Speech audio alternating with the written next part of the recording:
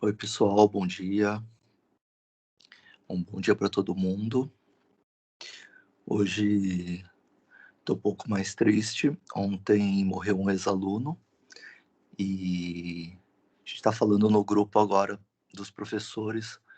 Morreu também essa madrugada a Paula, que ela trabalha na PUC no ProAccess e daí ela ajuda alunos de vários cursos que têm dificuldade com audição. E ela trabalhou bastante tempo com o Renato, um aluno de sistemas de informação. E daí eu acompanhei bastante, porque, enfim, teve várias disciplinas, ele fez mais de uma vez estrutura de dados e tal. E, nossa, uma menina incrível. Acho que ela tinha, bom, agora já deve ter feito 30 anos, mas assim, tipo, nova, super dedicada. A gente, na formatura do Renato, ela foi. E, você sabe, né, Jana? Eu pensei mesmo que você pudesse saber. E ela era super dedicada, estudava com ele, ela sabia mais de redes do que muita gente. Ela ficava me perguntando um monte e explicando para ele, enfim. Ela realmente foi uma perda, assim, bem, bem triste. E super nova, de Covid e tal. Muito chato. Enfim, vamos lá, né? Deixa eu compartilhar aqui.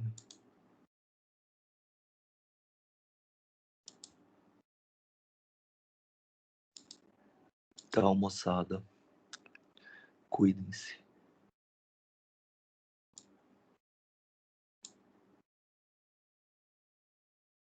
Nossa, nossa.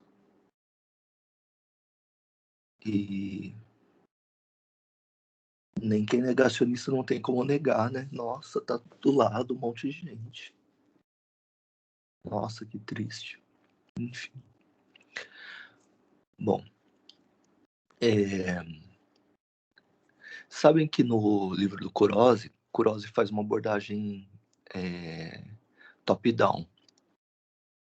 Outros autores, acho que a maioria deles faz uma abordagem bottom-up, começando das camadas de baixo, tá? As camadas de baixo são física e enlace, né, responsável pela interconexão física e pelo controle de acesso ao meio, pela segurança de transmitir os bits no enlace, né? E que são assunto de redes B, beleza? Em redes A, a gente tem os capítulos 1, 2, 3 e 4. Capítulo 1 a gente fez. Aí, com a abordagem do Kurose top-down, daí vem aplicação, transporte e rede. A gente está começando de baixo para cima, tá bom? Começando com IP antes. Eu gosto mais dessa abordagem bottom-up para redes, porque vai falando primeiro as camadas que dão suportes de cima. Então, se a gente fala das camadas de cima, a minha impressão é que a gente sempre está usando o recurso das camadas de baixo, e, enfim, eu acho que começando de baixo a gente vai falando do suporte e depois a gente usa esse suporte nas camadas de cima. Então, estou seguindo isso. Por isso que a gente fez uma revisão ainda que... Uma revisão não. Tipo um resumo, ainda que breve, das camadas física, né? E enlace, falando principalmente dos protocolos CSMA-CD e CSMA-CA e o token, né? Sim, ideias gerais, claro. Porque a gente fez um overview de várias outras coisas também, inclusive dos protocolos, dos principais protocolos da camada de rede de transporte, né, o do IP, do TCP e do DP, para a gente fazer as nossas implementações e tudo mais, tá? Então, por isso que a gente vai começar da camada 4 e a ideia da camada do capítulo 4 vai passar do 1 para o 4, depois vai fazer o 3 e depois o 2. E agora falando da camada de forma geral, não só do IP, beleza? A gente vai falar das coisas, todas as coisas que envolvem a camada de rede e também de protocolos. Beleza? Então, conteúdo desse capítulo, como falei, isso é do livro do Kurose, né? Nem tirei o primeiro slide. Normalmente as pessoas tiram, mas enfim, eu estou pegando dele, então, né? Nada mais justo que deixar os créditos para ele, dos slides, né? Os objetivos desse capítulo é entender o serviço da camada de rede. E para fazer isso, vários pequenos tópicos. Modelo de serviço da camada de rede. Ele divide repasse e roteamento. Vários autores chamam tudo de roteamento. A gente vai ver um pouco mais as duas funções e a diferença de nomenclatura que o Kurose usa. Lembrando que muitas vezes vários autores usam roteamento para os dois casos. Funcionamento do roteador, como funciona a função de roteamento, a solução do caminho, a escala, e falar dos protocolos, como o IP, o IPv6, falar de mobilidade e a implementação na internet, tá bom? Então ele vai começar do geral para o detalhado.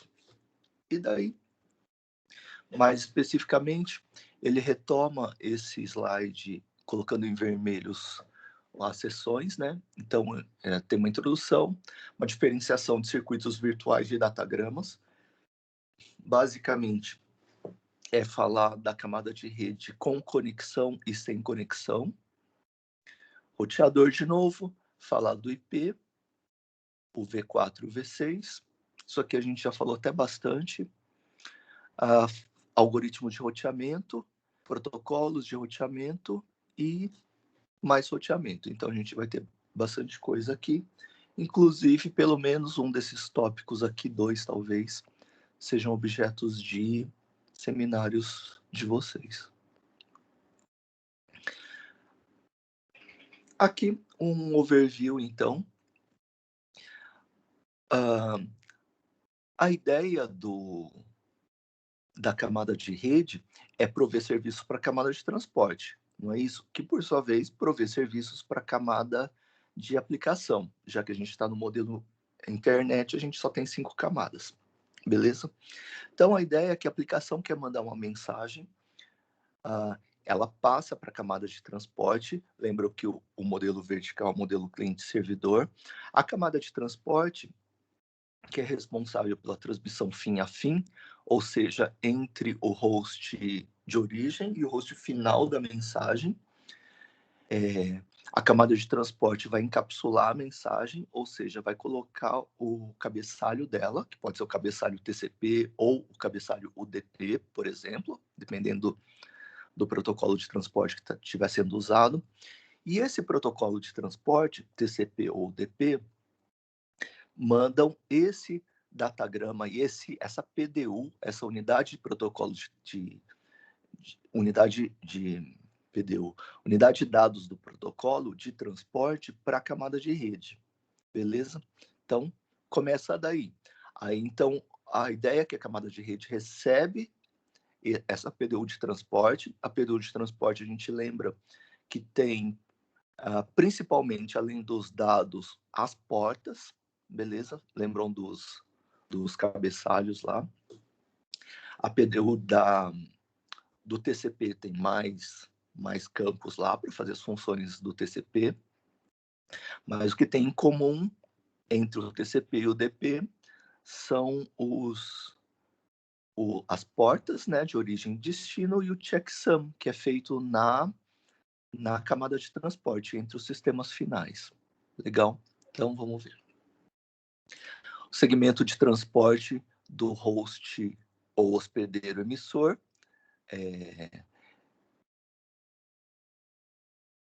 vai querer ser enviado para o receptor. O lado emissor encapsula os segmentos em datagramas, então ele pega aquela PDU de transporte, que é chamada de segmento, e vai colocar em datagrama. Isso, as PDUs de rede, quando o protocolo de rede for sem conexão, é chamado de datagrama, beleza? Acho que a gente chegou a citar por cima isso, só deixando mais claro. Enfim, aqui ele já está particularizando para protocolo de rede sem conexão. Então, ele pega aquela PDU e encapsula em datagramas, ou seja, o que vem da camada de transporte vai na área de dados do IP, né? E ele coloca o cabeçalho IP, que pode ser V4 ou V6.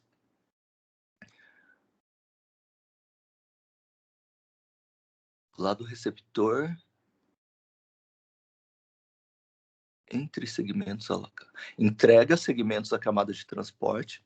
Beleza? Então, quando esse datagrama chegar no destinatário, a camada de rede do lado destinatário vai entregar esses segmentos da camada de transporte. Antes de fazer isso, ele vai desencapsular o segmento, beleza? Ou seja, ele vai remover o cabeçalho dele. Os protocolos da camada de rede existem além de em cada hospedeiro, existe também nos roteadores, beleza? Então, os sistemas intermediários, principalmente os roteadores, como está aqui, lembra que pode ser as pontes e os repetidores. A ideia é que quando executarem as funções até a camada de rede, e daí, portanto, esses sistemas intermediários são chamados de roteadores, esse datagrama, né, essa PDU de rede, essa NPDU, PDU de rede, ela vai ser examinada nesses roteadores intermediários. Por quê? Porque as PDUs de rede, também chamados de pacotes ou datagramas, contêm o endereço do destinatário. Então, os roteadores vão ter que examinar essas PDUs para saber para qual enlace elas vão enviar. Por exemplo, aqui um roteador podia enviar para esse outro roteador.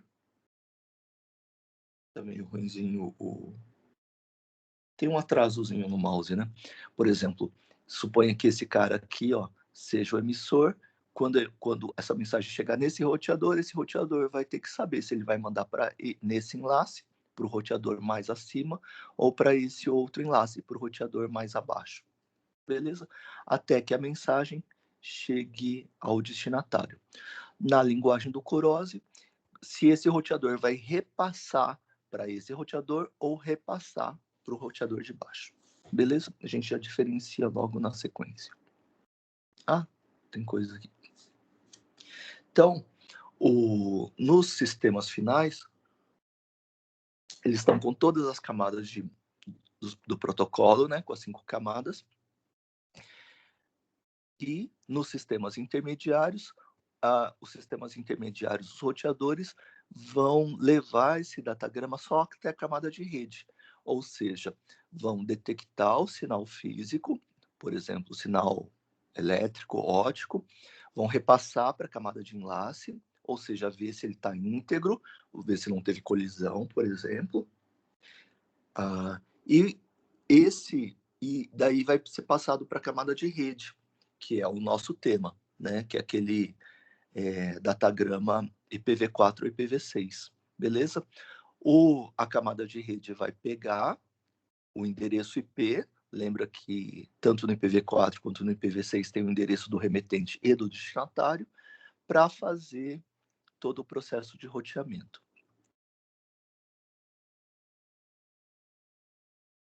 Bom, aqui ele já está diferenciando o que é repasse e o que é roteamento. Voltando com o parênteses, que muitos autores chamam tudo de roteamento, beleza?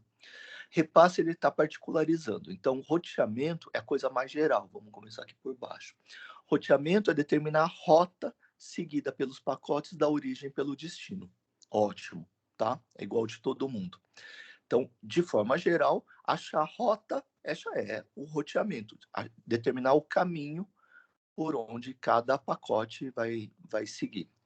E ele particulariza e diferencia roteamento de repasse, chamando de repasse só o trabalho de cada roteador, que é mover os pacotes da entrada do roteador para a saída dele mesmo. Então, repasse é o trabalho que um roteador faz. Então, ele recebe... Deixa eu voltar aqui. Então, ele recebe um pacote aqui e vai saber se vai repassar para cá ou para cá. Então, o trabalho de cada roteador é chamado de repasse. E o processo, de forma geral, para os roteadores, de forma geral, encaminharem, ou seja, acharem a rota do pacote da origem para o destino, é chamado de roteamento. Beleza? E a analogia do lado direito é roteamento é o processo de planejamento da viagem da origem ao destino, ou seja, entre os sistemas finais, e repasse é o processo de passar por um único cruzamento.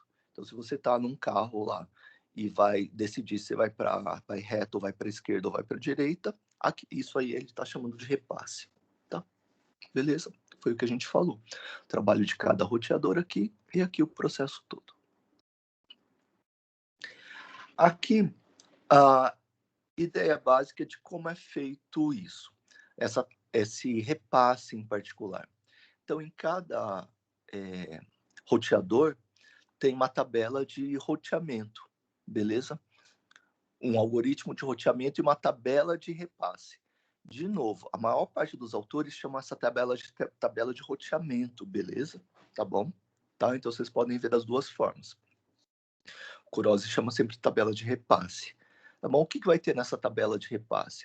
Vai ser uma tabela dizendo, olha, baseado no endereço do destinatário, para qual enlace o roteador vai encaminhar essa mensagem.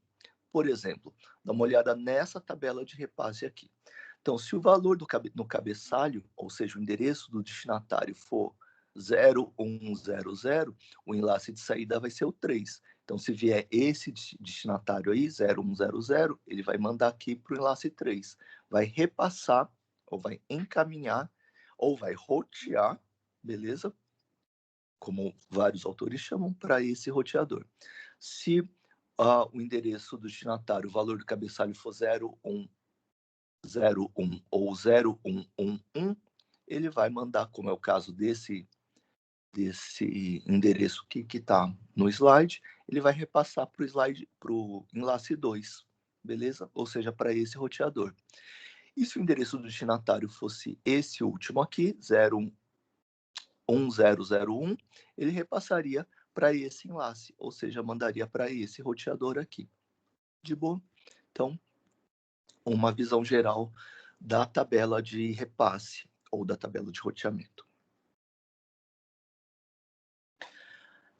Aqui ele vai diferenciar os dois tipos básicos de transmissão na camada de rede. A gente chegou a fazer isso na camada de transporte, quando falou, olha, o TCP é um protocolo seguro, é um protocolo com conexão. Então, no TCP, existe um handshaking prévio antes de começar a transmissão dos dados. Eles precisam combinar alguns parâmetros da transmissão, beleza? No UDP não tinha isso. Então, mesmo sem estabelecer a conexão, você podia mandar mensagens. Bom, isso tinha alguns impactos na camada de transporte. Na camada de transporte, que é uma camada fim a fim, né, só entre os sistemas finais, isso tinha a ver com o sistema final, o receptor e o emissor, por exemplo, irem verificando se todas as partes da mensagem, todos os segmentos da mensagem tinham chegado. Tipo, segmento 1, 2, 3, 5. Opa, tá faltando 4. Beleza? Tá? Uma ilustração do controle de sequência. Na camada de rede, a diferença é outra. Por quê? Porque o objetivo da camada de rede não é fazer o controle fim a fim, mas é prover o endereçamento e o roteamento das mensagens. De boa? Então, vamos ver aqui a diferença. Quando existe uma conexão. Primeira coisa que ele fala aqui no slide, já que a internet não fornece um serviço com conexão na camada de rede, o IP, portanto, tanto o V4 quanto o V6 são protocolos de rede sem conexão, tá? Então, ele fala como funcionaria e dá exemplo de alguns tipos de rede que implementam camada de rede com conexão, que são essas aqui, por exemplo, ATM, Frame Relay e X25, beleza? Então, como funcionaria um serviço com conexão? De novo, não é o caso da internet, mas isso poderia acontecer. Na verdade, as primeiras redes funcionavam assim, imitando o modelo dos circuitos, da comutação de circuitos do sistema telefônico, beleza?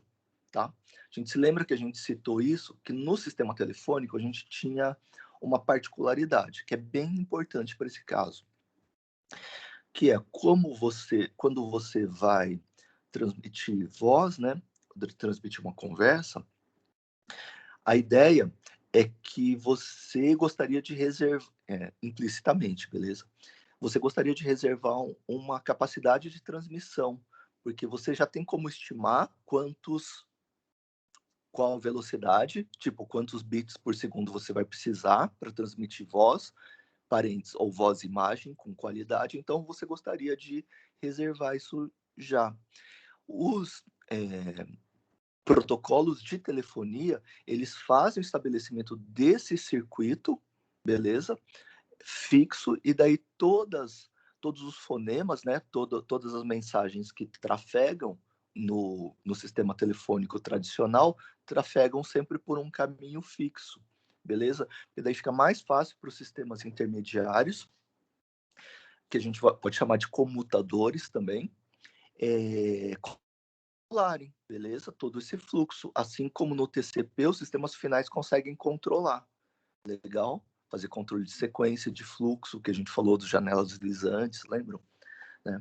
Então, as primeiras redes tentavam fazer assim, baseados no modelo da telefonia convencional.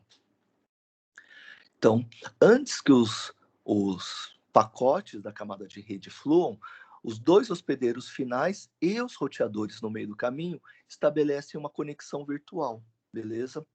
Portanto, nesse caso, os roteadores são envolvidos, eles têm que saber, por exemplo, se é dessa conexão, chegam mais pacotes daquela conexão, eu vou mandar para onde?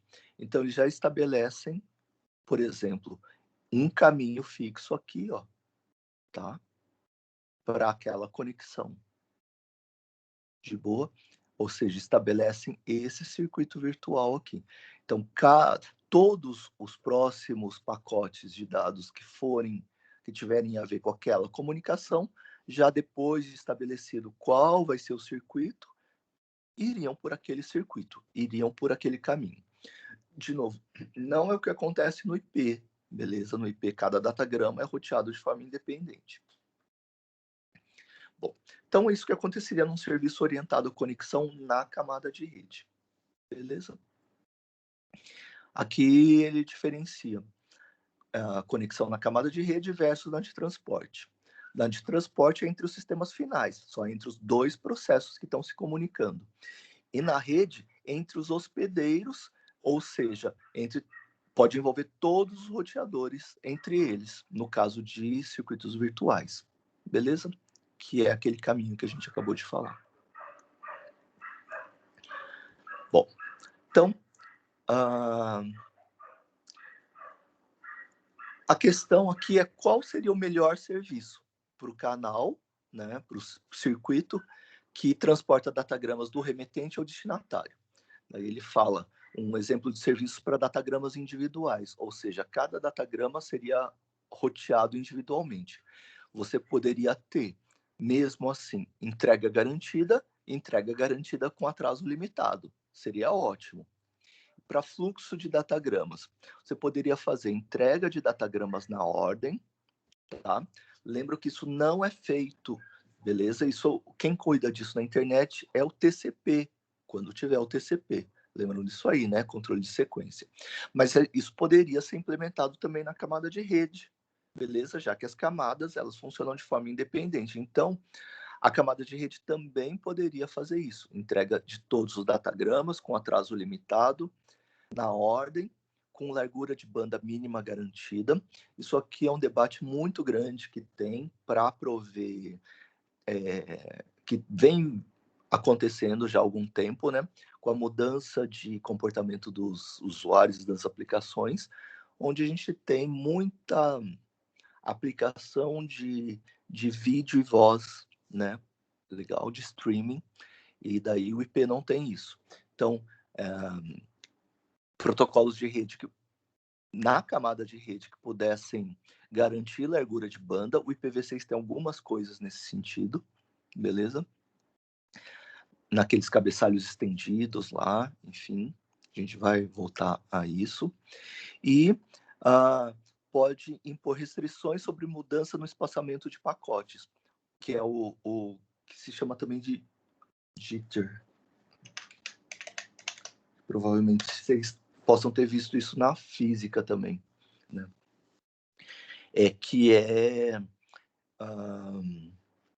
Você manter, por exemplo, você manda um pacote, daí, tipo, uma sequência de pacotes, uma transmissão tempo real.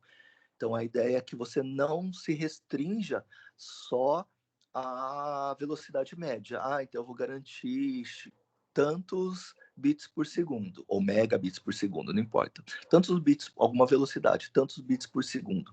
Mas também restrição entre o tempo, né, que um pacote chega e outro pacote chega. Então não adianta chegar um monte de pacotes de uma vez, depois um monte de período sem chegar pacotes. Beleza? Para transmissões tempo real não buferizadas, seria importante isso.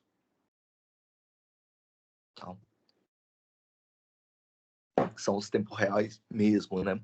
Que é diferente de você, por exemplo, baixar um vídeo no Netflix, por exemplo, e daí você pode buferizar os pacotes que estão chegando, legal? Que é o que ele faz. Mas, por exemplo, se tiver numa videoconferência, daí não adianta, senão você teria atraso entre para ver e ouvir o que o outro está falando, tá? Daí, em comunicações de duas vias, essas restrições sobre mudanças no espaçamento de pacotes seriam importantes. Beleza? Deu para ver a diferença desses dois, né? Sim. Tem uma nuance de diferença para aplicação. Tá? Daí qualquer coisa, se não tiver ficado claro, vocês me falam. Tá? Abra o microfone, colocam no chat, tudo isso.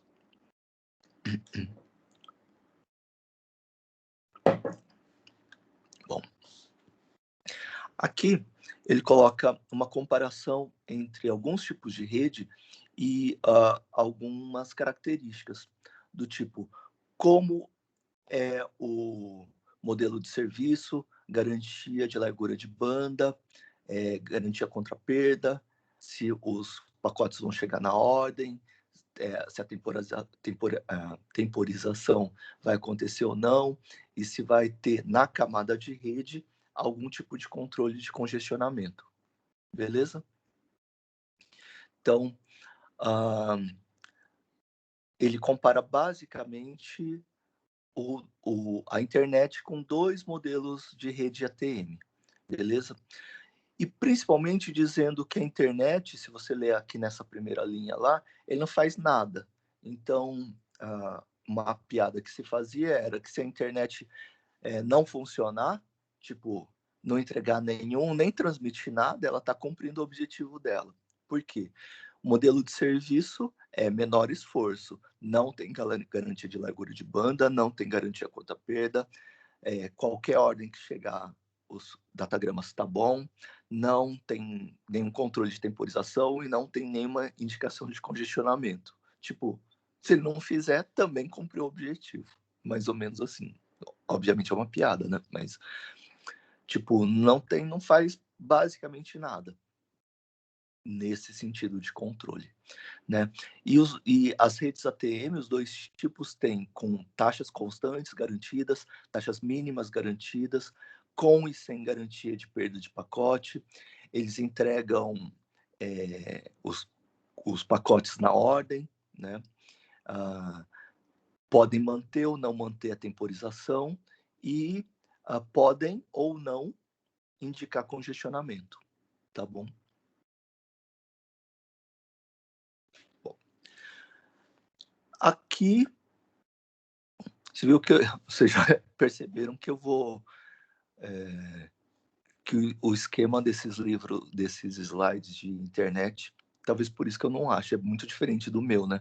O meu eu sempre coloco já o esquema final, já explico tudo e passo para frente. Aqui eles têm, nós só nesse capítulo, ó, tem 146 slides. Então, às vezes eles retomam os assuntos, tá?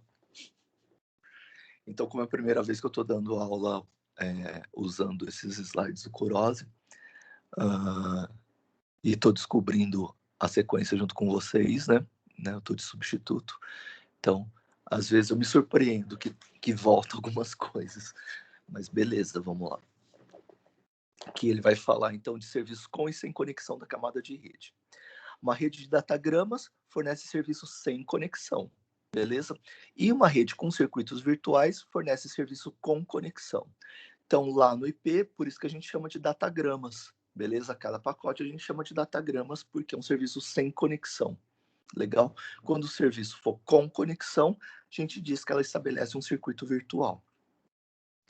Os serviços sem conexão da camada de rede são análogos aos serviços da camada de transporte. Mas na camada de transporte é só fim a fim, sem escolha, por exemplo, ou a rede, dependendo do tipo da rede, vai fornecer serviços com conexão ou sem conexão. Na camada de transporte, como isso não vai influenciar no caminho, a gente pode escolher nos processos finais. E por isso que a gente pode escolher na camada de transporte se a gente quer TCP ou UDP, se a gente quer com conexão ou sem conexão. E na camada de rede, a implementação, por que a gente não pode escolher? Porque é uma implementação que inclui o núcleo da rede. Então, vocês lembram que nas bordas da rede ficam os hosts, tipo a gente, né? Os usuários finais, os servidores, e no núcleo da rede ficam os grandes enlaces de roteamento, beleza? Os grandes enlaces de transmissão. Então, essa estrutura do núcleo da rede já está preparada para um dos tipos de serviço, ou com conexão ou sem conexão. E no caso da internet, por essas razões históricas, né, de não haver, no início pelo menos, uma demanda constante de transmissão, como no caso da telefonia, a ideia era fazer transmissão em rajadas, né? Às vezes você baixa um arquivão, depois fica um tempão em silêncio, depois você baixa uma outra coisa, enfim, né? Não tinha tanto essa configuração predominante de transmissão tempo real, tá? Então, como não tinha essa demanda fixa, a escolha foi por rede de datagramas, beleza? Que deixa mais flexível, assim como o CSMA/CD, as redes Ethernet na camada de enlace, deixam mais flexível do que a escolha do protocolo token, né, que é o time sharing também. Bom, falando mais de circuitos virtuais, ele diz, o caminho da origem ao destino comporte-se como um circuito telefônico, né, de onde, aliás, foi a base dele. Isso com respeito ao desempenho, porque você consegue reservar a banda e ações da rede ao longo do caminho da origem para o destino.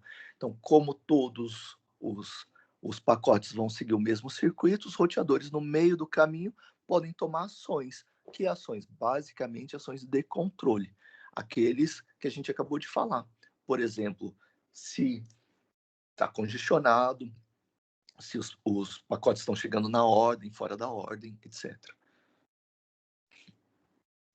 Algumas características que nos circuitos virtuais, assim como na camada de transporte, tem um estabelecimento e término de cada chamada, de cada conexão, antes que os dados comecem a ser transmitidos. E cada pacote, ou cada pacote vai carregar um identificador do circuito virtual, beleza? Que é a ideia para os roteadores saberem para qual caminho eles vão seguir. Cada roteador no caminho também pode manter um estado de cada conexão que estiver passando, beleza? O que é isso? Ah, que se está todo mundo ativo, qual que é a frequência, a porcentagem de erros, tempos de espera, coisas assim. E os recursos de enlace e roteador podem ser alocados aos circuitos virtuais. Então, com recursos dedicados, igual a serviços previsíveis. Beleza? Foi o que a gente falou. Daí todo mundo baseado, então, nos circuitos telefônicos, né? Já reservar bandas para cada um desses circuitos, né? Qualidade de serviço, né? QoS, é mais fácil implementar em circuitos virtuais. Na implementação, então, do circuito virtual, ele vai consistir num caminho fixo da origem para o destino, através do qual todos os pacotes vão seguir, e números de circuitos virtuais. A ideia é que tenha um número para cada enlace ao longo do caminho. Ah, isso é legal. Vou voltar aqui. Então, por exemplo, ó, aqui, ó, estou fazendo uma chamada, vou transmitir de um cara daqui, de um sistema final aqui dessa rede. Deixa eu ver se está aparecendo o mouse. Tá. Para alguém dessa outra subrede aqui embaixo. Beleza? Põe, ó, aqui, ó, esse circuito virtual, ó, esse roteador aqui vai chamar de 1 e vai mandar aqui para baixo. Esse circuito virtual aqui vai chamar de 5 e vai mandar aqui para baixo. Esse aqui vai chamar de 2 e vai mandar para cá. Esse aqui vai chamar de 1 também, vai mandar para cá. Esse aqui vai chamar de 7, vai mandar para cá, etc. Ou seja, o mesmo caminho, o mesmo circuito virtual, vai ter um monte de IDs de circuito virtual. Cada roteador vai ter um número para esse mesmo circuito virtual. Que estranho, né? Aí a pergunta que eu faria para vocês é por que não ter um número único para aquele circuito virtual, para cada circuito virtual? E daí, tipo, a transmissão entre um sistema final aqui e aqui vai pelo circuito virtual, iria, né, pelo circuito virtual número 1, que seria esse aqui, ó, daqui para cá, daqui para cá, daqui para cá, etc, até chegar lá.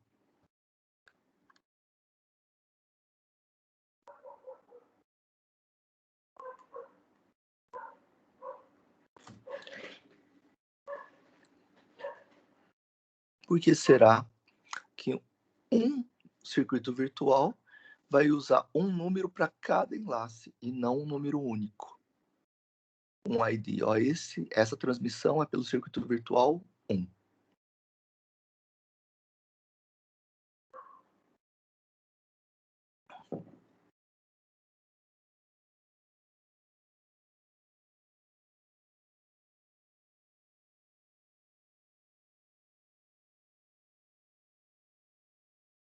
Quem dá uma opinião?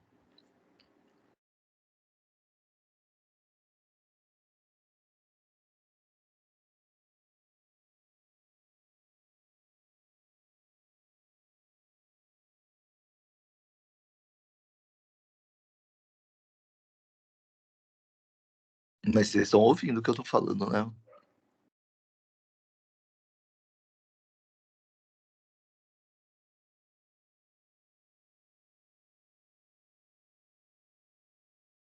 Eu...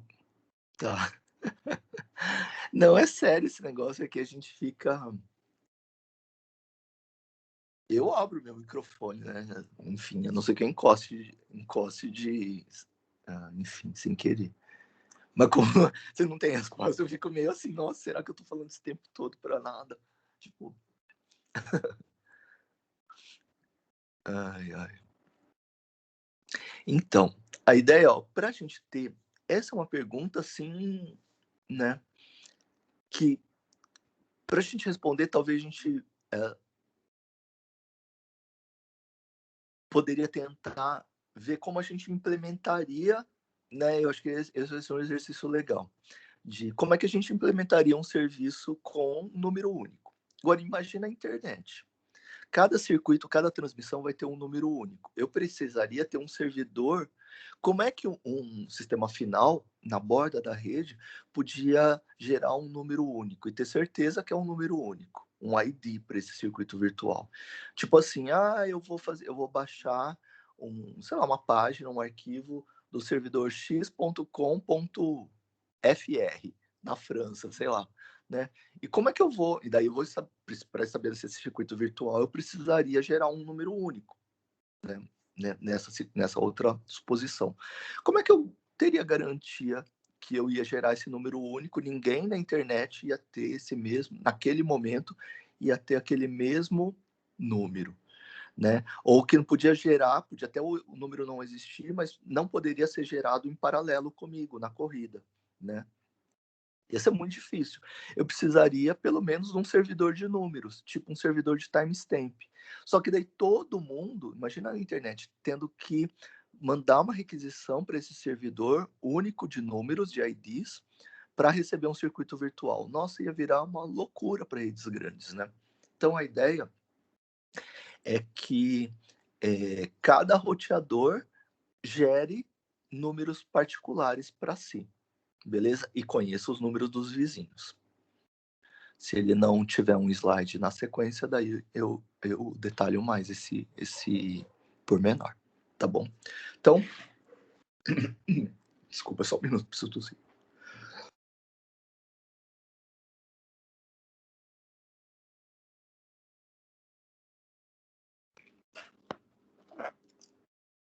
Então, acho que ficou clara essa coisa do não existir um número único para cada circuito virtual, para redes grandes, beleza? Então, vai ter números diferentes. E a versão mais, consensualmente mais adequada, seria de ter um número para cada enlace ao longo do caminho. E entradas em tabelas de repasse nos roteadores ao longo do caminho. Então, os roteadores iam falar, olha, para esse circuito virtual aqui, eu mando desse roteador, para aquele enlace. E o pacote pertencente ao circuito virtual carrega o número do circuito virtual, ao invés do endereço do destino. Por quê? Porque a gente pode ter... Eu devia ter perguntado para vocês, né? Mas, enfim. Porque cada pacote vai carregar o número do circuito virtual e não do endereço do destino. Pensa que em algum roteador intermediário, muitos de vocês talvez tenham respondido já mentalmente, né? Em alguns roteadores no meio do caminho, eu posso ter mensagens para o mesmo destinatário, beleza? Só que vindos de dois ou mais, né, de duas origens diferentes, por dois circuitos virtuais diferentes. Então, os caminhos podem ser diferentes. Então, para um caminho, um circuito virtual, passando por esse roteador comum, o circuito virtual para aquela transmissão pode ir para o enlace X e para o outro circuito virtual pode ir para o enlace Y. Beleza? Então, o destinatário, o endereço do destino, não é o parâmetro único, o principal para o estabelecimento desse circuito virtual. Eu posso ter uma transmissão que pode querer certos requisitos, por exemplo, jitters menores, né, para transmissão tempo real de voz ou imagem, e no outro eu posso querer baixar conteúdo, e daí num eu preciso de taxas médias e jitter, e outro eu só preciso de taxas médias. E daí, se um tiver taxas médias maiores, mas não garantir jitter, daí eu posso mandar por ela, né? Para uma transmissão e para outra não. Beleza? Que não ficar claro, vocês me perguntam, tá? E o número do circuito virtual pode ser alterado em cada enlace. Tá? Como naquele exemplo que a gente deu. Tipo, aqui ele vai chamar 1, dali para frente o circuito virtual vai chamar 3, depois 5, depois 2, depois 1 de novo, etc. Ah, legal. Tem aqui. Então, ó, ele vai passar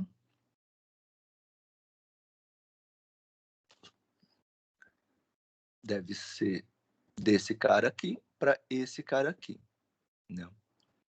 Então, aqui ele estabeleceu esse circuito virtual aqui, ó. Você vê que os IDs dele são diferentes. Então, aqui da origem, ele manda por um roteador, por esse enlace, ele chamou esse circuito de 12. Esse é o identificador do circuito virtual. Esse roteador, por exemplo, se ele recebe do circuito 12, deixa eu ver se é isso mesmo, onde que está o 3?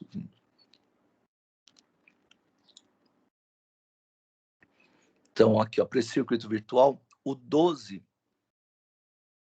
se ele entra aqui, a interface de saída 2 seria aqui para baixo.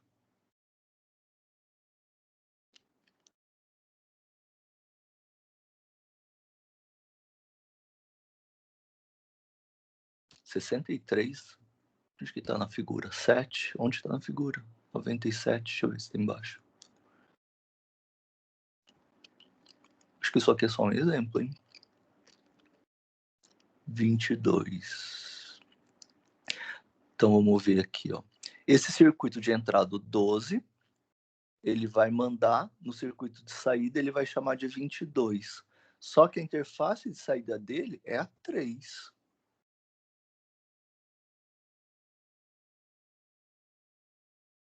Beleza? Assim que funcionaria. 97 não tem aqui, 87 não tem. Enfim. Alguma coisa que não está representando exatamente esse exemplo aqui de cima. Não tem 32 aqui, não tem. De qualquer forma, a ideia seria essa interface aqui de cima. Por exemplo, para esse roteador aqui. Acho que ele está falando só desse aqui, então. Só que com interface 3. Então, na interface de entrada, se chegar o circuito virtual 12, esse caminho 12, o que ele vai fazer? Ele vai mandar para o enlace 3, tá? E chamar esse circuito virtual de 22, beleza? Aí, nesse outro roteador, ia ter uma tabela semelhante a essa, dizendo, olha, se chegar na interface 3, o circuito virtual 22, eu vou repassar para esse enlace aqui, que eu vou chamar de, sei lá, o número que ele vai dar, e vou chamar esse circuito virtual de 32, beleza? Tá?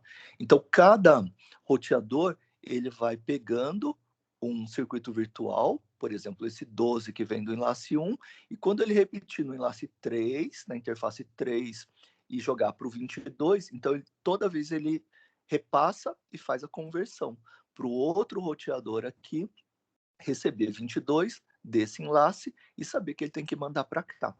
Beleza? Esse é o papel que cada roteador vai fazer. Vai fazer essa conversão. Então, que provavelmente ele está representando a tabela de repasse desse roteador, mas aqui com interface de saída 3. Beleza? Que está trocado.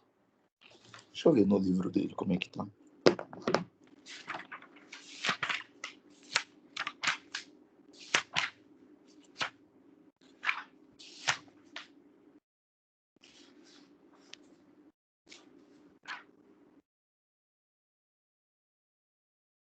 Ah, no livro dele tá aqui, ó. Tá 1, 2 e 3. Tá bom? 1 aqui, 2 aqui, 3 aqui. De boa? Foi um erro do slide aqui. De boa. Então, aqui é 2 porque aqui era 2 e aqui era 3. Tá? Beleza. Agora ficou claro o esquema. Bom.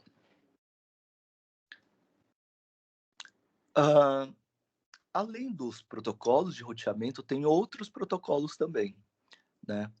Protocolos de sinalização, como alguns grupos vão falar, para protocolos de controle para a internet. Então tem vários protocolos, né, usados para estabelecer, ou são necessários vários protocolos para estabelecer a conexão, ou o circuito virtual, manter e terminar. E são usados naquele tipo de rede, por exemplo, que a gente falou. Beleza? Não são usados na internet de hoje, porque, como a gente sabe, o IP é por datagrama, é sem conexão. De boa? Aqui acho que é, enfim, esquema básico. E daí a ideia do estabelecimento de conexão seria que ele deve estar fazendo uma metáfora, né, de iniciar a chamada chegando, a chamada aceita, que é o do tipo esse solicitar a conexão, esse aceitar a conexão e daí ficar conectado. beleza? Isso aqui é chamado de um two-way handshaking, né? Um handshake de duas vias. Então, esse cara solicita a conexão, esse cara aceita, e daí está aceita a conexão. A maior parte dos protocolos que fazem isso usam handshaking de 3 vias, como o TCP, tá?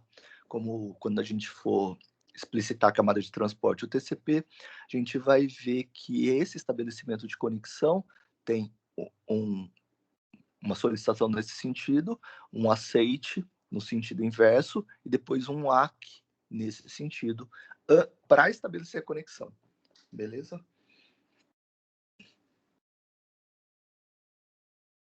E depois de estabelecida a conexão, daí você pode fazer a transmissão dos dados.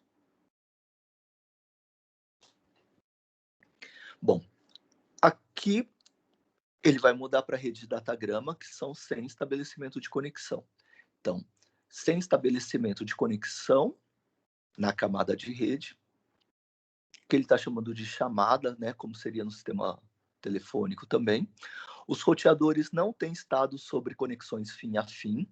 Por quê? Porque cada pedaço, né, cada pacote pode seguir por um caminho diferente. Então, os roteadores no meio não podem falar assim, ó, chegou o quadro 1, quadro 2, agora chegou o quadro 4, ou está faltando o quadro 3. Ele não pode fazer isso, porque o quadro 3 pode ter sido roteado por um outro caminho, não ia passar por ele mesmo, tá? Então, nesse caso aí, que é o caso da internet, esse tipo de controle só pode ser realizado na camada de transporte, que cuida das aplicações da comunicação fim a fim. Então, sorteadores, como não fazem isso, não têm esse estado sobre as conexões fim a fim. Por quê? Porque os datagramas, nem todos os datagramas passam por ele. Tá? E os datagramas são repassados usando o endereço do destinatário, como no caso do IP, né? Ao invés de usar o ID do circuito virtual, né? Porque para cada circuito, mesmo que seja para o mesmo destinatário, que lá tem que seguir um caminho pré-determinado, para outro circuito, para o mesmo destinatário, poderia seguir um outro caminho pré-determinado. No caso de rede de datagrama, cada pacote vai seguir caminhos independentes. E, portanto, eles não vão ter IDs de circuito virtual mesmo, porque não existem, beleza? Daí o que se usa é o endereço do host final, do destinatário. É legal? Pacotes entre o mesmo par, origem e destino podem tomar caminhos diferentes. Legal? Foi o que a gente falou. Então, e aqui a ilustração dele envia dados, recebe dados, isso do ponto de vista dos sistemas finais, e aqui no meio pode esses dados podem ir por qualquer caminho. Como seriam as tabelas de repasse? Bom, aqui tem uma primeira ideia. Ele já mostrou uma ideia com endereços fixos, né? Aqui ele está mostrando uma segunda ideia, depois ele vai precisar mostrar uma terceira ideia de como funciona de verdade. Mas de boa, abordagem mais... Talvez ele seja mais didático que eu, né? Porque, enfim... Embora eu acho, pô, o cara já fez um monte de cálculo, um monte de física, tem que fazer por partes, né? Assim, tipo, fazer uma construção tão de pouco em pouco do conhecimento, né? Acho que, sei lá, nessa altura do campeonato ainda. Enfim. Uma outra forma de tabela de repasse, como a gente falou, que muita gente usa, chama de tabela de roteamento, podia ser a seguinte, ainda não é como funciona, tá bom? É um outro exemplo. Então, no primeiro exemplo, ele falou que um primeiro tipo de tabela poderia ser com o endereço do host final e para cada host final, para qual enlace que eu mando. Essa segunda tabela de repasse é assim, ó, é por faixa de endereços. Desse endereço até esse endereço, ou seja, nesse intervalo de endereços, eu mando pelo enlace 1. Nesse intervalo de endereços, mando para o enlace 2. Nesse intervalo de endereços, mando para o enlace 3. Se não, desculpa, mando pelo enlace 2. Se não, mando pelo enlace 3. Beleza?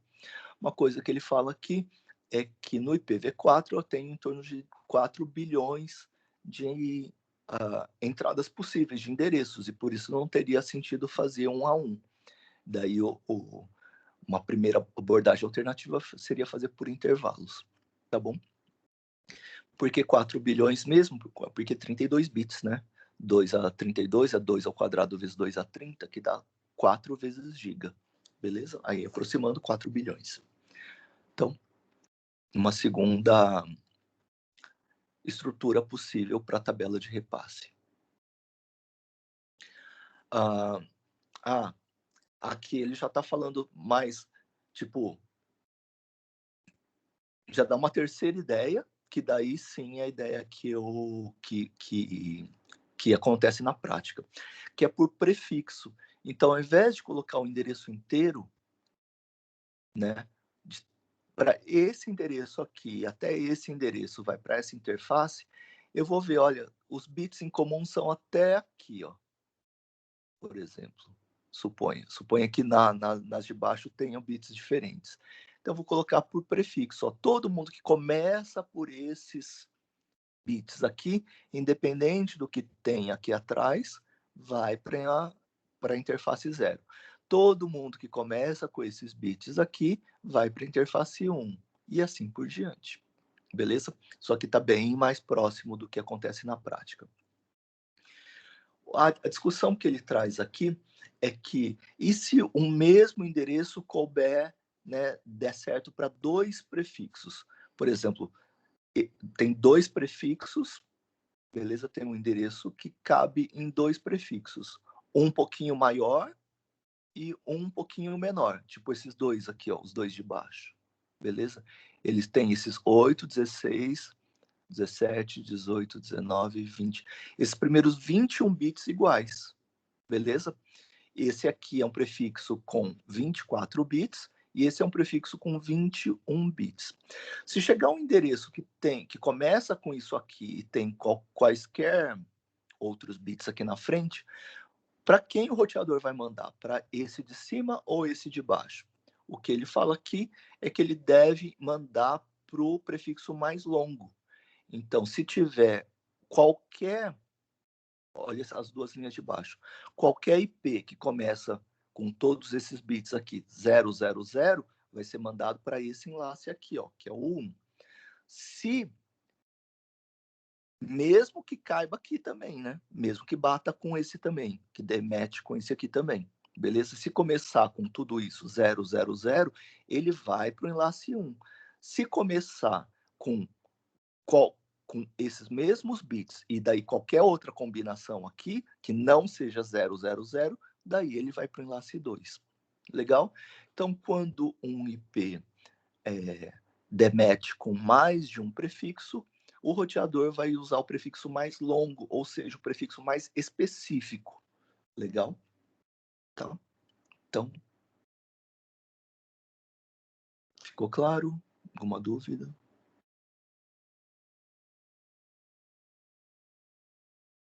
Deixa eu ver se ele vai falar mais sobre isso. Acho que ele não fala mais sobre isso.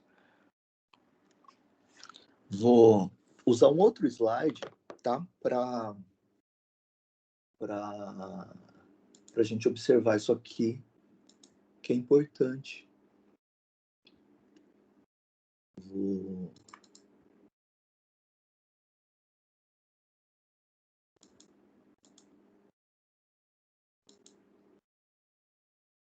Esse aqui são aqueles slides que a gente já usou do nosso overview. Aqui. Ó. Esse roteamento é uma extensão desse esquema de classes. Tá? Aquela figurinha lá, que é uma figurinha já que usa o Cider. Antes do Cider, era assim, ó. É a mesma coisa, só que antes era em grupo de múltiplos de 8 bits, e agora é qualquer coisa. Então, antes era só 8, 16, 24, e agora pode ser qualquer quantidade de bits. Por exemplo, no esquema lá tinha prefixo de 21 bits. Fora isso, é a mesma coisa, tá bom? Então, vamos rever como foi a divisão de endereços primeiro, tá? começo, a ideia de fazer o roteamento era era dividir os endereços. A ideia é dividir os endereços no endereço da rede ou da subrede e o endereço do host, que é o computador dentro daquela rede. Beleza? O princípio permanece. A diferença é que antes eles eram divididos em múltiplos de 8 bits. Então, quando o endereço era classe A, quando ele começava com 0, ou seja, de 0 até 127.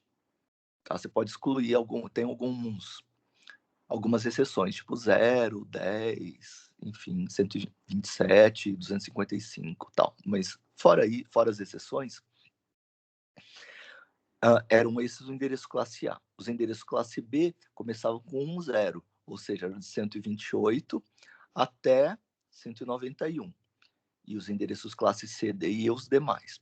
Para que isso servia? Nos endereços classes A, o endereço da rede era o primeiro octeto, os primeiros 8 bits. Nos endereços classe B eram os 2 primeiros octetos. Nos endereços classe C, os 3 primeiros octetos. E o restante era o endereço do host. Então era fácil definir qual que era o endereço da subrede e qual o endereço do host. Voltando lá para o nosso slide. Agora é feito da mesma forma, só que esses prefixos não tem que ter 8, 16 ou 24 bits, eles podem ter qualquer número de bits. Então, a ideia é que para essa subrede aqui, para esse NetID, eu vou, no meu roteamento, na minha tabela de repasse, eu vou passar para esse enlace, e assim por diante. Então, funciona do mesmo jeito, legal, sempre vendo qual é o endereço da subrede, qual é o prefixo, que funciona igualzinho antes, exceto que agora pode ser qualquer número de bits, e não só múltiplos de 8. De boa? Bom, por que a internet usa a rede de datagramas e por que alguns autores gostariam que usasse, e usava no começo, redes de circuitos virtuais? Bom, vamos dar uma olhada aqui, talvez alguma dessas coisas a gente já tenha falado. Na internet, que é datagrama, né, sem conexão, troca de dados entre computadores, serviço elástico sem requisitos de temporização estritos. Que é aquela história lá de, às vezes eu mando, às vezes eu não mando com uma frequência pré-determinada, eu não tenho uma transmissão síncrona, né? Beleza? A minha transmissão é normalmente em rajadas. Às vezes eu quero transmitir um monte de coisa, às vezes não. Então, os sistemas finais são inteligentes, não são terminais burros como os terminais de telefonia, que, enfim, terminais burros entre aspas, né? Mas, tipo, fazem quase nada de processamento. Nada ou quase nada. Então, sistemas finais podem adaptar, realizar controle e recuperação de erros, beleza? Como é o caso de executar TCP, por exemplo, nas pontas, nos sistemas finais. E a ideia de manter a estrutura simples no núcleo da rede, dentro da rede, e a complexidade ficar na borda da rede, tá? Nos sistemas finais, nas aplicações, nos usuários finais, nos servidores. E o núcleo da rede, né, o núcleo da internet, se concentrar só em transmitir isso rápido, beleza? Não tem que fazer muito processamento. E também porque em redes grandes, como por exemplo na internet, posso ter muitos tipos de enlaces com diferentes características e seria difícil prover um serviço uniforme. Então, posso ter desde par trançado, cabo coaxial, fibra ótica, sem fio com frequências baixas, né? Ou com alcances baixos, igual a gente tem transmissão mais caseira e com velocidades características super diferentes. Entendeu? Nos circuitos virtuais, ou seja, camada de rede com estabelecimento de conexão, é uma evolução da rede de telefonia baseada em conversação humana, que tem requisitos de temporização estritos e confiabilidade, conversação e também transmissão de vídeo, como a gente falou, e é necessário manter esses parâmetros, né, essas garantias, para ter qualidade de serviço. Legal? Os terminais finais são não inteligentes, são burros, como os telefones, por exemplo, né? Telefone usual, e a complexidade, então, ficava dentro da rede. Na internet, lembra que a complexidade é jogada para a borda, no núcleo da rede. A ideia é ter desempenho, não ter complexidade, não ter processamento, muito processamento. Beleza? Bom,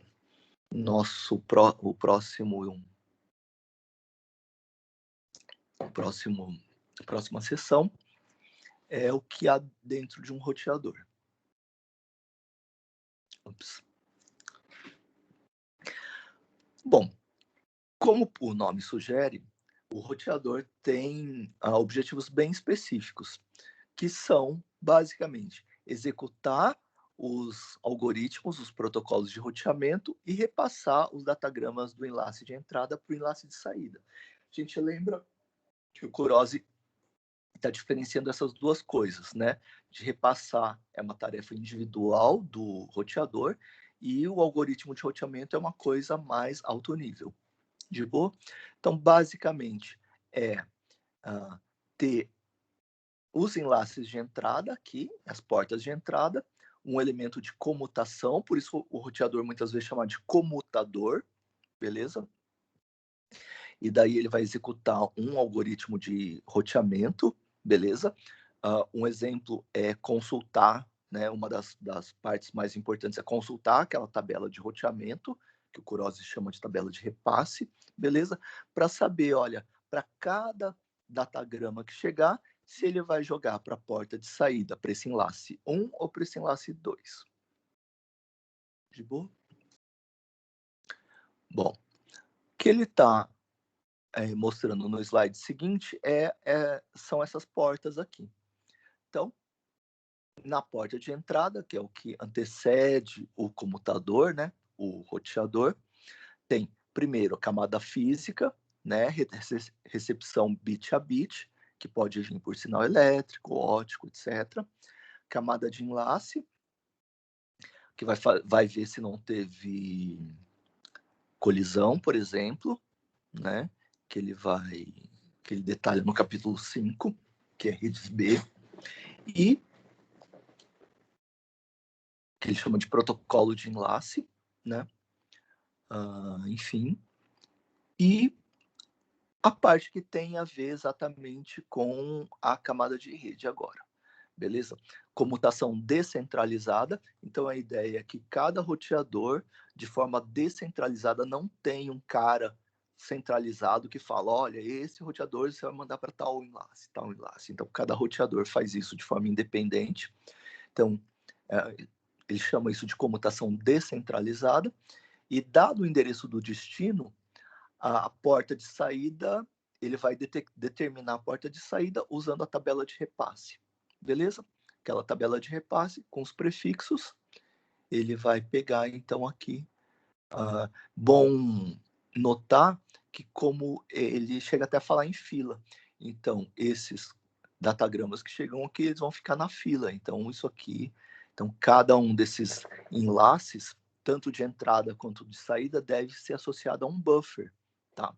É uma fila, uma área de memória, de boa, para armazenar os datagramas que até chegar a hora deles de serem repassados, de boa?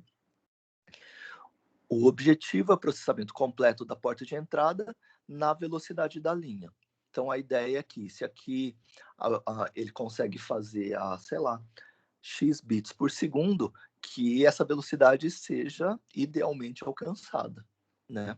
Por que ele fala isso? Porque às vezes isso não acontece. A gente vai ver na sequência detalhes dessa questão aqui. E fila, né?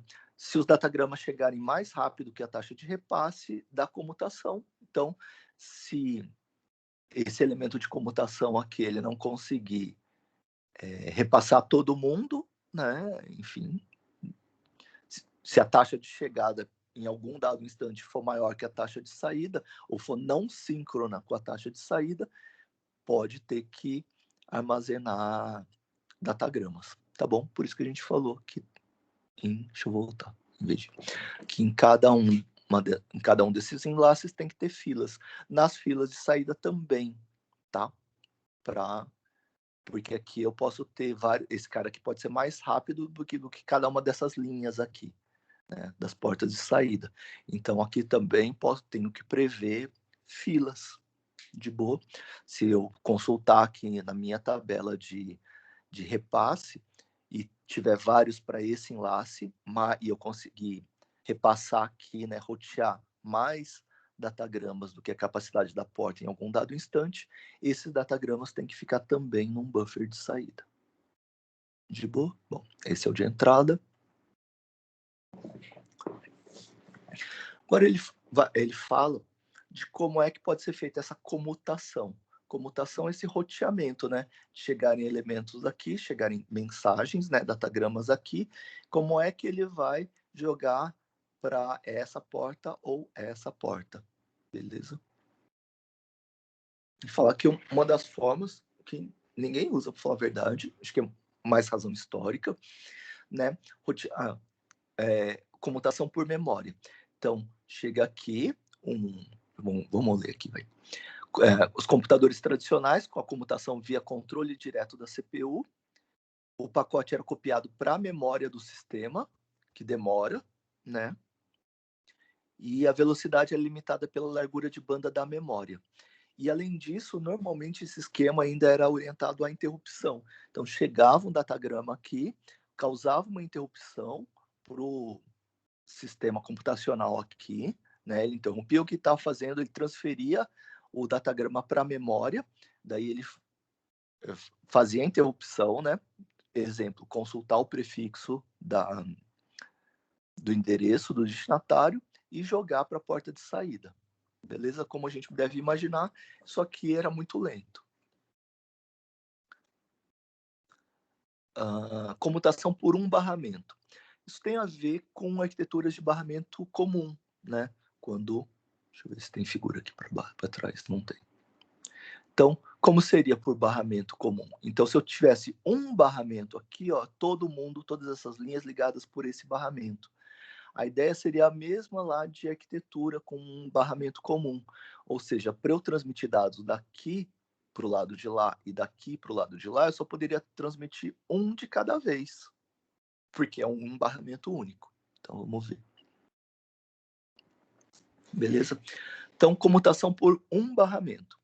Datagrama da memória da parte de entrada, a memória da porta de saída por um barramento compartilhado.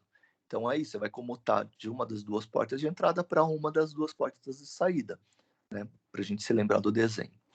E daí vai ter a disputa pelo barramento. Como o barramento é compartilhado, ou um ou outro vai poder transmitir.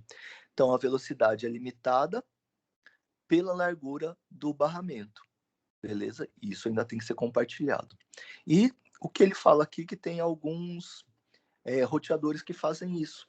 Então, por exemplo, roteadores mais baratos que a gente usa na borda da rede, então tem uma empresa um pouco menor, ou, sei lá, pode ser caseiro mesmo, né? Tem, sei lá, um escritóriozinho. Muitas vezes usa a comutação por barramento comum, que ele chama de barramento. Eu não sei como vocês viram em arquitetura. Eu costumava chamar de barramento comum, tá? Então, tem essa limitação, né, na disputa pelo barramento, mas fica mais barato, assim como em arquiteturas, né, esse tipo de arquitetura, uma arquitetura mais barata. Beleza? Daí ele dá um exemplo aqui de alguns roteadores, por exemplo, que fazem até 32 gigabits por segundo.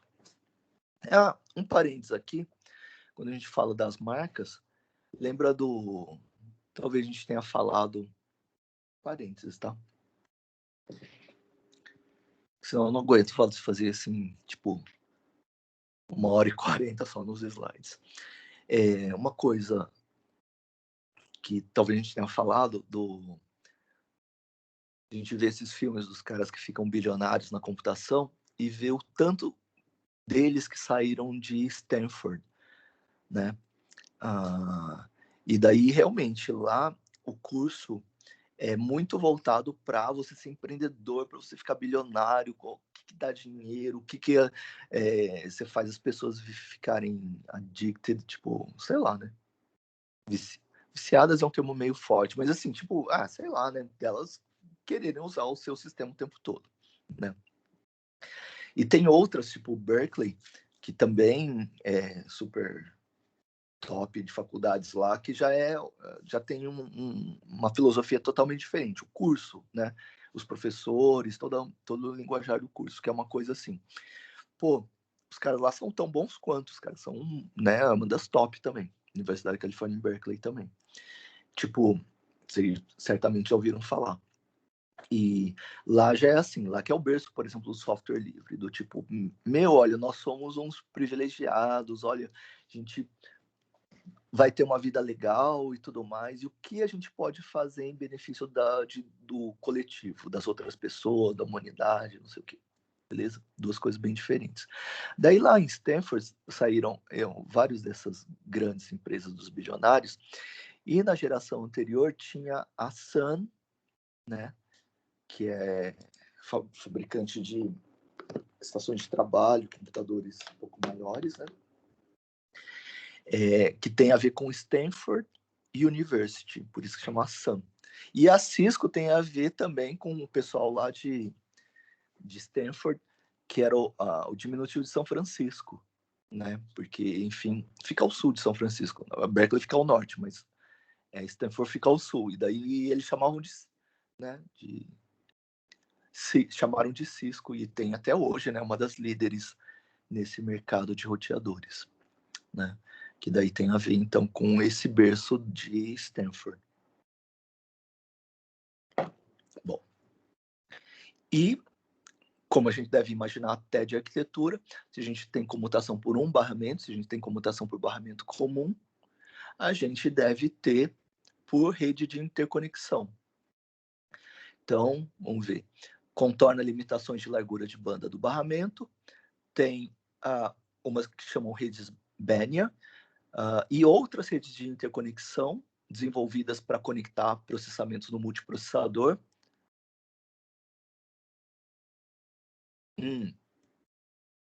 Projeto avançado, fragmenta datagramas em células de tamanho fixo, comuta a célula através do elemento de comutação. Isso aqui vamos falar. E um exemplo aqui, né, de um outro computador da Cisco que comuta, ou comutava, né? Agora tem umas famílias que fazem mais rápido, a 60 gigabits por segundo. E daí, deixa eu ver se tem. Tem.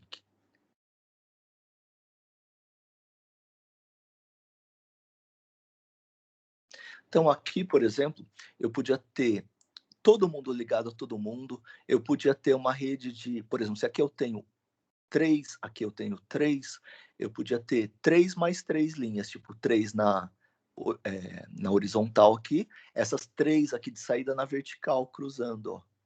Beleza? Aí uma saindo aqui para o primeiro enlace, outra saindo para o segundo, outra saída para o terceiro. É uma outra rede de interconexão de custo intermediário, e daí eu consigo fazer em paralelo, quando eu tenho linhas e colunas diferentes, consigo fazer ao mesmo tempo. Legal? Então, se aqui eu tenho N entradas e aqui eu tenho M saídas, eu consigo fazer isso com um circuitinho de M mais N. Legal? E eu poderia fazer um todo mundo ligado com todo mundo. Então, se aqui eu tiver... E daí eu consigo paralelismo de todo mundo, né? Tipo, independente da porta de entrada e da porta de saída, eu consigo fazer. Beleza? Eu consigo mais velocidade, portanto. Só que daí, minha rede de interconexão, se aqui eu tiver M entradas e aqui N entradas e M saídas, eu vou ter que ter M vezes N na minha rede de comutação. Né? Tipo igual. Legal. Uma outra coisa interessante é que muitas dessas redes aí, elas fragmentam esses datagramas em células menores. Lembro que no IPv4 tinha uma linha, né, uma palavra lá no datagrama que controlava a fragmentação, e tinha até um ID do fragmento e um offset do fragmento para montar. Então tem isso também. E nas nas camadas de baixo, na camada de enlace, às vezes, como isso aí vai ser entregue na camada de enlace, quando a camada de rede não faz isso, muitas vezes a camada de enlace faz, que é fragmentar no que a gente vai chamar, talvez só no semestre que vem, de MTUs, que é tipo uma unidade de transmissão máxima. E na camada de enlace, às vezes isso é tão pequeno quanto 1.500 bytes. Então, as mensagens vão ser divididas, né, fragmentadas e transmitidas na camada física, né, camada física enlace, com em pedacinhos super pequenininhos, beleza? E as MTUs, esses tamanhos máximos transmitidos aí das unidades máximas aí, pode ser tão pequeno quanto 1.500 bytes, tem alguns com 1.000 e um pouquinho menos ainda, né? 1.000 e poucos bytes. A CSMA-CD, por exemplo, 1.500 bytes, pequenininho. Lembrando que só de cabeçalho, às vezes a gente tem 20 bytes de cabeçalho de um, mais 20 ou 40 bytes do outro, dependendo se a gente está em IPv4, IPv6, TCP ou DP. Então, os tamanhos típicos de cabeçalho são tipo 20, 40 bytes. Então, a gente tem, no mínimo, um cabeçalho de transporte, um cabeçalho de rede, além dos dados em cada uma dessas unidades pequenininhas aí, quando isso chegar na camada de enlace. Legal, enfim. Mas a gente está falando da camada de rede, mas é só, enfim, por causa desse tópico aqui. Do lado de saída, como a gente falou, também precisa de um buffer, né?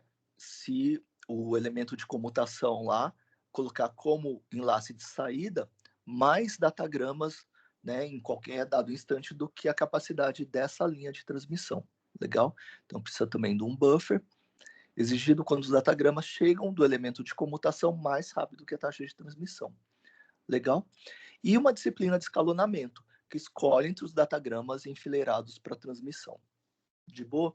Isso pode ser uma fila simples e quando o protocolo implementa algum tipo de prioridade, como é o nosso caso, lembram que a gente tinha bits para diminuir o atraso, aumentar a vazão, né? E por enlace de confiabilidade, eu posso ter mais de uma fila com prioridades. Daí vai funcionar parecido com o que tem em sistemas operacionais, né, de escalonamento, né, de várias filas e cada fila pode ter prioridades diferentes, como no Linux, por exemplo, beleza?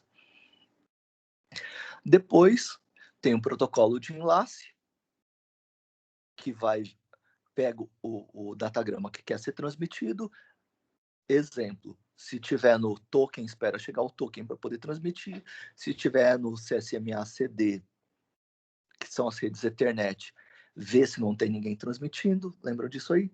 E só transmite se não tiver ninguém transmitindo, para não dar colisão, mas mesmo assim pode dar colisão, por causa do problema da corrida. Então ele continua monitorando e tem um sinal de colisão, que é o CD lá, o detecção de colisão. Ou, se tiver no CSMA-CA, que são as redes 802.11,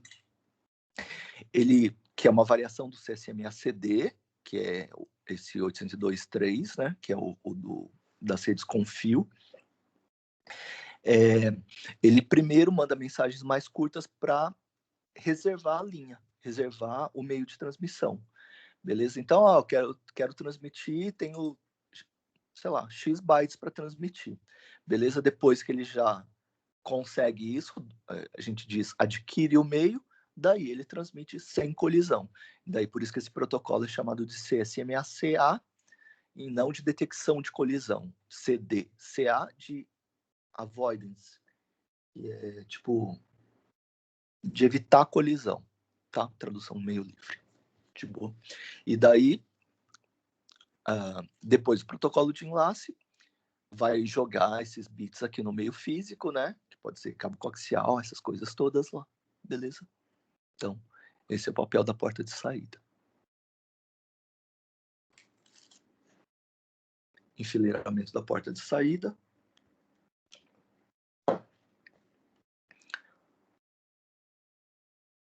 Buffering, quando a taxa de chegada via comutador excede a velocidade da linha de saída. Enfileiramento, atraso e perda devido a estouros no buffer da porta de saída. Uma outra coisa que pode acontecer é se chegarem um monte de mensagens aqui pelas portas de entrada e, por exemplo, no caso de cima aqui, todas serem roteadas, todas não, né? Muitas serem roteadas para uma porta e estourar o buffer. Se estourar o buffer, tipo, não tem mais lugar de guardar, não tem o que fazer. E daí, isso é perda da mensagem, a mensagem vai ser descartada. Deixa eu ver se ele vai falar. Vamos terminar aqui. Mas ele não fala. Bom, tem algumas alternativas, isso só como parênteses, tá? Tem algumas alternativas legais para isso. Normalmente a gente pensa assim, a mensagem que está sendo comutada aqui vai para o final da fila. Se não tiver espaço, ela vai ser descartada, né? Então, à primeira vista, a gente poderia pensar, pô, se o buffer estiver cheio, quem vai ser perdido? A mensagem que estiver chegando. Mas normalmente não é assim que acontece. Normalmente, quando o buffer já está cheio, mais do que uma certa porcentagem, tipo 80% ou 90%, normalmente os sistemas geram um número aleatório que vai se refletir numa porcentagem. Exemplo, gera um número aleatório de 1 a 100. Exemplo, se o número gerado for menor do que 70, ele vai... lembra que o buffer está semi-cheio, tá? Está com mais de 80% ou mais de 90%, depende da abordagem. Aí, só nesse caso que ele vai gerar esse aleatório, beleza? Se ele gerar um aleatório com alguma probabilidade, exemplo, até 70%, esse datagrama, mesmo que o buffer ainda não esteja completamente cheio, vai ser descartado, beleza? Tá?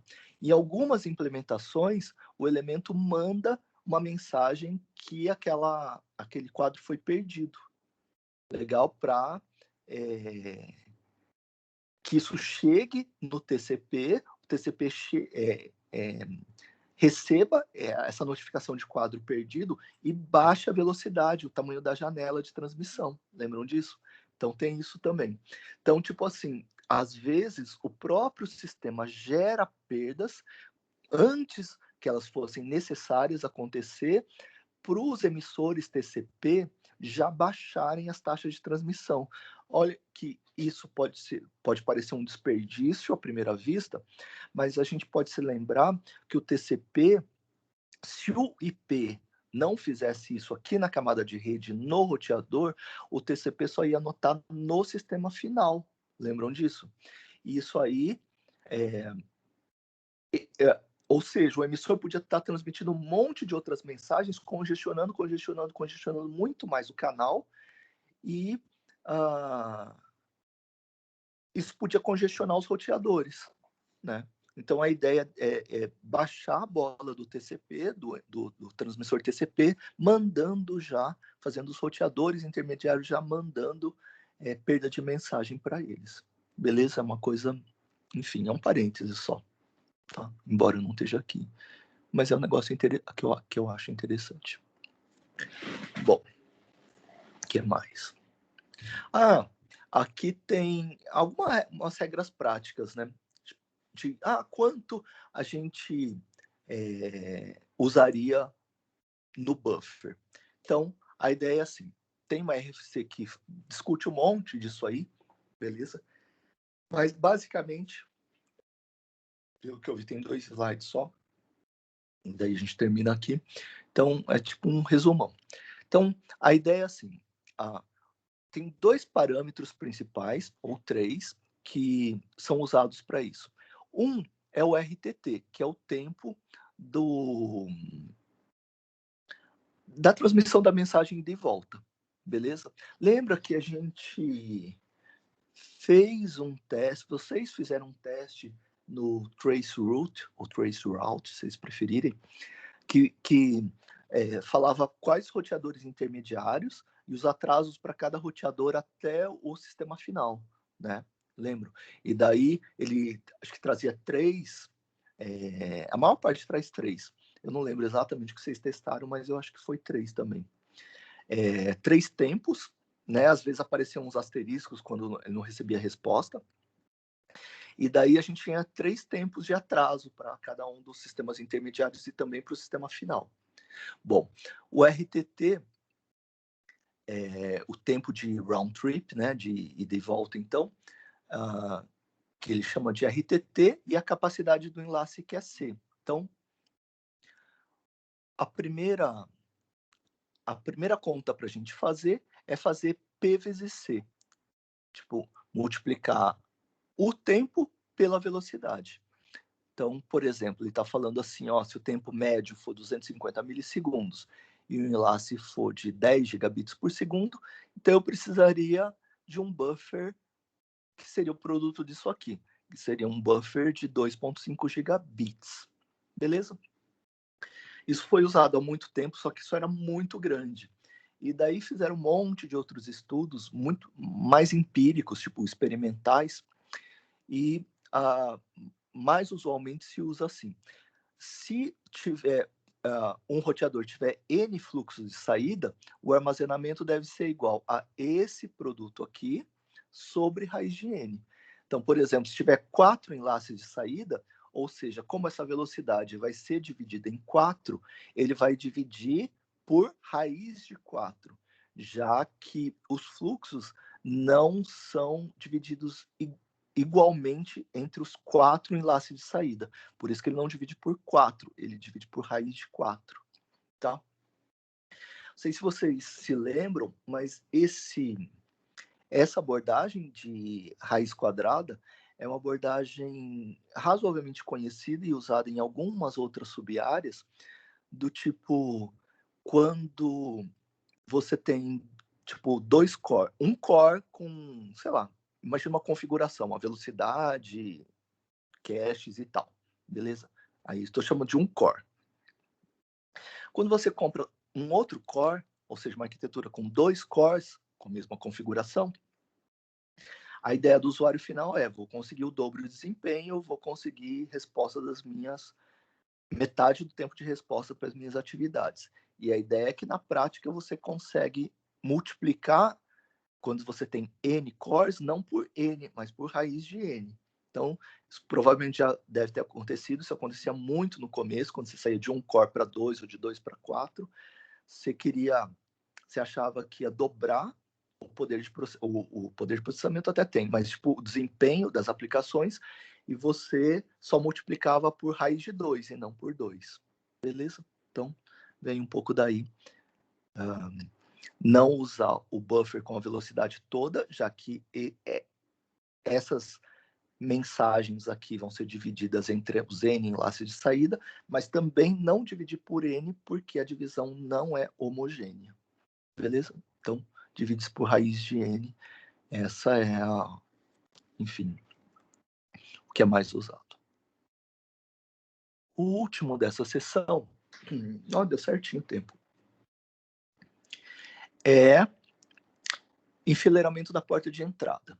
Vamos ver o que ele coloca aqui.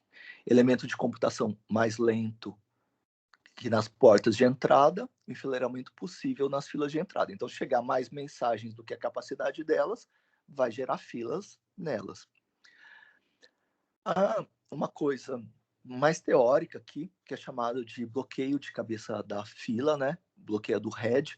É tipo assim, a primeira mensagem aqui tem que ser roteada, beleza? Mas dependendo, essa porta aqui de saída está sendo ocupada por esse cara aqui de baixo, que está roteando uma mensagem. E ele fica esperando, beleza? O que, na verdade, esse HOL fala é que o cara de trás dele podia estar sendo roteado por uma porta desocupada, mas ele está bloqueado lá porque o cara que está na frente dele está esperando, né, o roteamento dessa mensagem para essa porta de saída, beleza? Isso é um detalhe só. HOL. E atraso de enfileiramento e perdas devido a estouro no buffer de entrada. Aí é a mesma coisa que no buffer de saída, se chegarem mensagem no buffer de entrada e o buffer encher, não tem o que fazer, perda.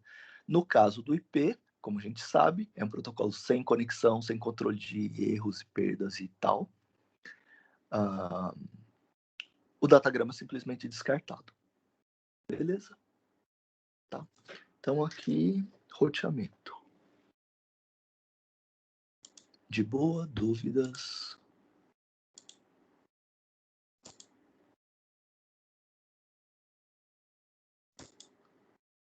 Nossa, hoje, hein? Ih, acabou de dar... Eu ia falar que faltava 1 minuto para fazer chamada, acabou de dar 11h35. Então, chamada, tô abrindo aqui.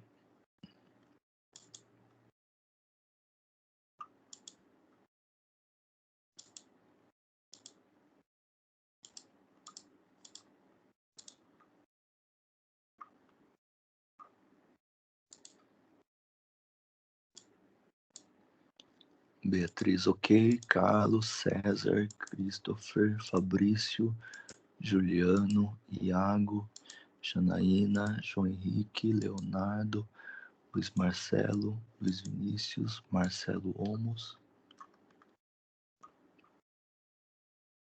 Matheus, Murilo, Pedro, Rafael, Vitor Felipe, Vitor Fraga, Vitor Reis.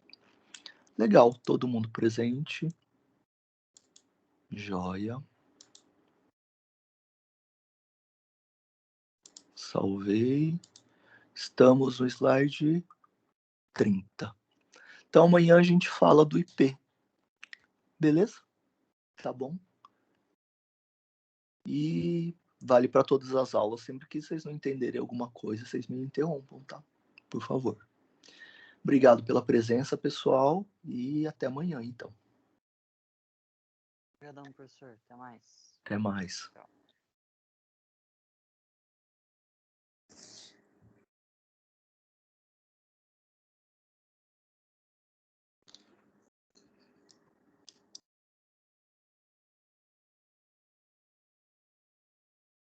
Falou, até amanhã.